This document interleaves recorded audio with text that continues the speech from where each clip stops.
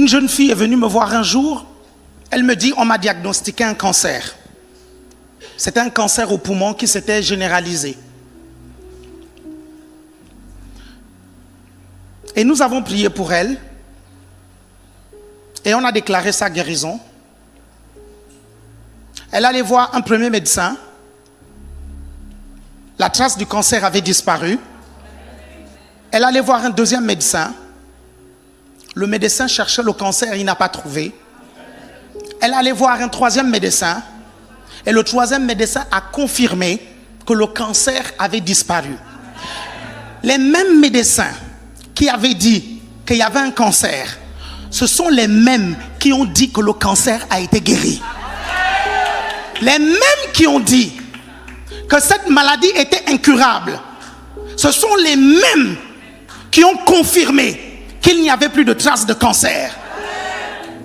La science ne peut pas déstabiliser celui qui a la foi. Celui qui a véritablement la foi ne peut pas être déstabilisé par ce que la science dit. Parce que la foi est capable de détruire tout ce que la science dit. Quelqu'un me comprend ici? La Bible dit que l'univers a été créé par la parole de Dieu. Et c'est par la foi que nous reconnaissons que l'univers a été créé. Ça veut dire que les mathématiques ont été créées. Vous comprenez?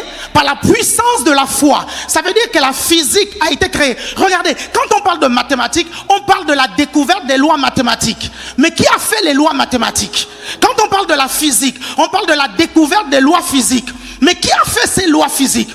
Est-ce que ce n'est pas quand Dieu a parlé? Vous me comprenez? Et quand Dieu a parlé, il a fait tout ça comment? Est-ce que ce n'est pas par la foi? Est-ce que la foi qui a créé l'univers n'est pas capable de changer les choses dans le monde physique? Quelqu'un me suit ici?